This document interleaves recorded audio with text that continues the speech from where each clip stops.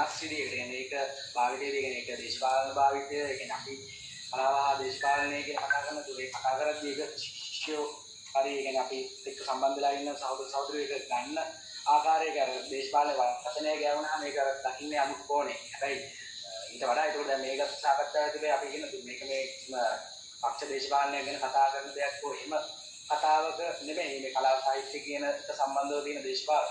මේක භාවිතය තමයි ඉතින් මේකේ තියෙන මට තේරිච්ච හැටියට මේකේ මේ භාවිතය තුළින් තමයි ඒක මේක අපිට මේක මොකක්ද කියන එක හරියටම බලන්න වෙන්නේ. අපිට මේක භාවිතාල කරන්නේ නැතුව මේක කලාව සාහිත්‍ය භාවිත නොකර අපිට නිකන් පිටින් බලලා මම හිතනවා මේ කාරණාවලට මේකේ තියෙන අභ්‍යන්තර කරුණු කාරණාවලට එළඹෙන්න බෑ. ඔයදවා කියන කාරණා මට තේරෙස් වැටහෙනවා. ඒ නිසා තමයි ඔයගලට යෝජනා කරන්නේ ලොකු අභ්‍යාස ටිකක් මේ වර්තමාන මේ මොහොතේ ඉන්න තරුණයෝ හැටියට ඔයගලට තියෙනවා කියන එක. මතු පිටින් එහෙම සාකච්ඡාවක් දෙකක් දාලා නිකන් ওই සිනමාවක් කරලා එහෙම මතු පිටින් පලා යන්න පුළුවන් ප්‍රශ්නයක් නෙමෙයි. එතකොට මේ වෙලාවේ කරන අරගලෙත් මේකම තමයි. මේ වෙලාවේ විශ්වවිද්‍යාලයේ යථාර්ථයක් කරගන්නට මේ තරුණ පිරිස් උත්සාහ ගන්නවා නම් ඒක මහපාරේ දිනා ගන්න තියෙන එකක් වගේම ඇතුළතින් දිනා ගන්න තියෙන එකක් වෙනවා. දැන් අපි මුගක් වෙලාවට මේ තරුණ පිරිස් හිතන්නේ නැති දෙයක් තමයි ඇතුළතින් Taman තුලින් දිනා ගන්න නෙමෙයි මේ එළියේ පොදු සතුරෙක් ඉන්නේ ඒ සතුරාගෙන් තමයි දිනා ගන්න ඕනේ කියන කාරණා. ඔබ ඊටාම ගැඹුරින්ම තේරුම් ගන්න ඕන කාරණාව තමයි අපි ඇතුළත අපි මේක කොහොමද දිනාගන්නේ කියන එක. ඒ දිනා ගැනීම තුළ තමයි මේ කලාව හා සාහිත්‍ය කියන ඊටාම සබුද්ධිකව සාකච්ඡාවට එන්න ඕනේ. ඒ නිසා වර්තමානයේ මේ මොහොතේ විශ්වවිද්‍යාලයේ ප්‍රජාව හැටියට ඔබ වැනි තරුණයින්ට අතිවිශාල කැපකිරීම් ටිකක් කරන් තියෙනවා. ඒ කැපකිරීම් තමයි මේ දැනුම ගොඩනගාගන්නේ කොහොමද? මේ සමාජ දේශපාලනික දැනුම ගොඩනගාගන්නේ කොහොමද කියන එක අතහැරලා තියෙන්නේ මේ වෙලාවේ. අතහැරිච්ච දැනුමක්. එතකොට මෙන්න මේ කාරණා මම සරච්චන්ද්‍රයන් උදාහරණයට අරගෙන කිව්වේ ඩාඩාවාදයේ උදාහරණයට අරගෙන කිව්වේ මෙන්න මේ කාරණා. එතකොට ඒකට කිසියම් හරි දැනුමක් ලබා ගන්න ඔබ පෝෂණය කරන්න තමයි උදාහරණයකට මේ කියනගේ අමරකීර්ති වගේ කෙනෙක් මෑතකදී කරපු මේ පොතපත ටික එරික් කිලියප්පාරච්චි වගේ ලේඛකයෙක් සිනමාව පිළිබඳ ලියපු මේ පොතපත ටික සහාය කරන්න ඔහු කලා විචාරකයක් ලියලා තියෙනවා. එතකොට එවැනි දේවල් ඒකට තව ප්‍රවේශයකට තමයි මේ සුචරිත ගමලත් වගේ කෙනෙක් කරපු මේ ඓතිහාසික භෞතිකවාදී හා කලාව වැනි පොත් මේ කලාකෘති ඔබ අනිවාර්යෙන් කියවන්න වෙනවා. ඒ කලාකෘති කියුවට පස්සේ තමයි මේ කලාවේ හැඩය, එහි තියෙන ගැඹුර. දැන් උදාහරණයක් ඇටියට ආර්යවංශ මම උදාහරණයකට අද සාකච්ඡාවේදී ඇත්තටම කවි ඒ වගේ දේවල් මට කියන්න තිබ්බා. මම මේ නාට්‍ය මට කතා කරන්න තිබ්බා. සිංහබාවුන් කතා කරන්න තිබ්බා. ගීත ගැන කතා කරන්න තිබ්බා. මම හිතුවේ ඊට වැඩිය ඔබට මේ කලාවේ දේශපාලනික නිලේ සාකච්ඡා කරන්න ඕනේ කියලා. අර වගේ රසවත් සාකච්ඡා අපිට කරන්න පුළුවන්. ඒ සාකච්ඡා කළාට මම හිතන්නේ ඒක අපි තේරුම් ගන්නේ කොහොමද මේ වෙලාවේ අපිට අර්ථ සම්පන්න වෙන්නේ කොහොමද කියන කතිකාව ගියේ නැත්නම් අපිට අදාළ වෙන්නේ ඒක. ඒක නිකන් තවදුරටත් ඔය රූපවාහිනී වල එහෙම තියෙන අර සාමාන්‍ය කලාව පිළිබඳ මේ සතුටු වෙන සතුටක් දනවන කතාවක් වලට ඉතරක්පත් වෙනවා. උදාහරණයක් ඇටියට දැන් ආරිවංශ රණවීර ලියන කවියක තියෙනවා මහා වතුරු දරා උසුරන ගම් හෝ සිඳු පවරාදී ඔබට මහා වතුරු දරා උසුරන ගම් හෝ සිඳු පවරාදී ඔබට ඊටම නම නොමැති ගිරිකුලක කෙළවරින් පතිත වන මදදිය බිඳට හඬ දෙන්න.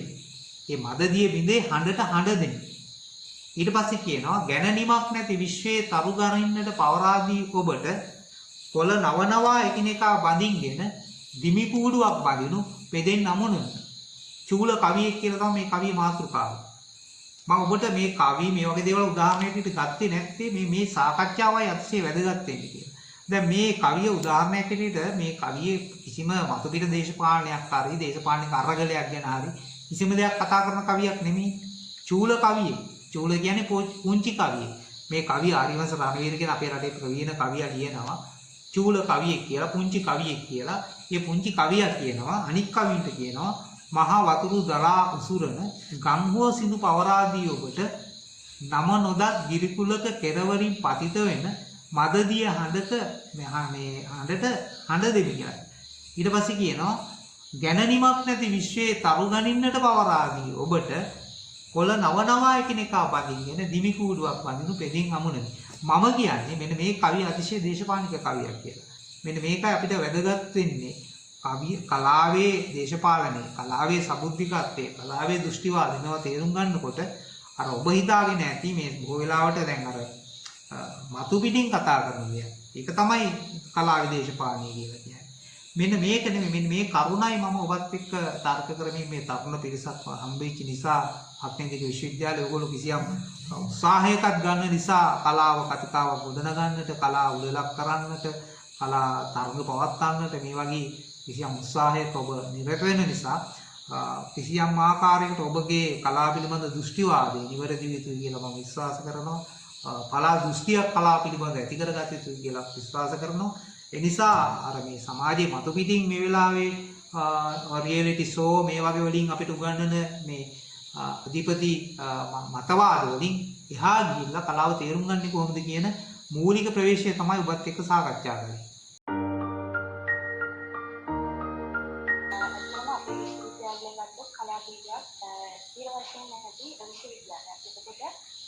අපේ විශ්වවිද්‍යාලයේ තුලට කලාව කියන දේ එතකොට යම් කියවමක් කියන පුද්ගලෙකුට කලාව කියන දේ يعني හරි විදිහට ඒගොල්ලන්ට ලබා දෙන්න ඔබතුමා තුළ ඒ කියන්නේ යම් කිසි යෝජනාවක් හෝ අදහසක් තියෙනවා. ඒ කියන්නේ අපිට නොදැනෙන විදිහට ඒ කියන්නේ අපිට තේරෙන්නේ නැති විදිහට අපිට කලාව කියන දේ අපිට ලබා දෙන්න ඒ කියන්නේ සාමාන්‍ය කලාවක් නැති පුද්ගලෙක් ඇත්තටම සමාජයට ලොකු අර්ථාන්විත බවක් නැහැනේ. ඒ නිසා ඔබතුමන්ගෙන් දැනගන්න කැමතියි මම අපේ විශ්වවිද්‍යාලයට ඔබතුමන් යෝජනාවක් තිබුණාද ඔබතුමා ගාව කලාව කියන දේ සාහිත්‍ය කියන දේ තරුණ ප්‍රජාවගේ හදවතට ලබා දෙන්න. ඔව් ඒක දැන් ඇත්තටම දැන් මේ කරන වැඩේත් ඉතින් ඒකේ පළවෙනි මේ උසස් පියවරක් හැටියට තමයි දකින්නේ. දැන් ඔයගොල්ලෝ ඒකට එකතු වෙලා මම හිතන්නේ ඊට කලිනුත් ඔය අර ජොහාන් වගේ අය එහෙම ඔය සම්බන්ධ වෙලා නාට්‍යකරුවෝ මේ වගේ අය සම්බන්ධ කරලා දේශන පවත්වනවා මම දැක්කා. එතකොට මේ ඔබලා මේ දාලා තියෙන පියවරම තමයි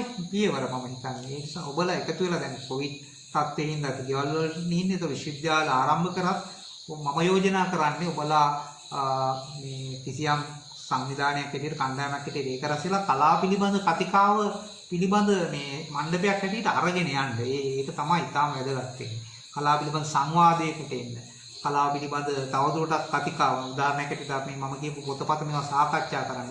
දැන් ඔබට පුළුවන් ඓතිහාසික භෞතිකවාදය හා කලාව කියන පොත දවසක් අරගෙන කණ්ඩායම එකතු වෙලා සාකච්ඡා කරන්න.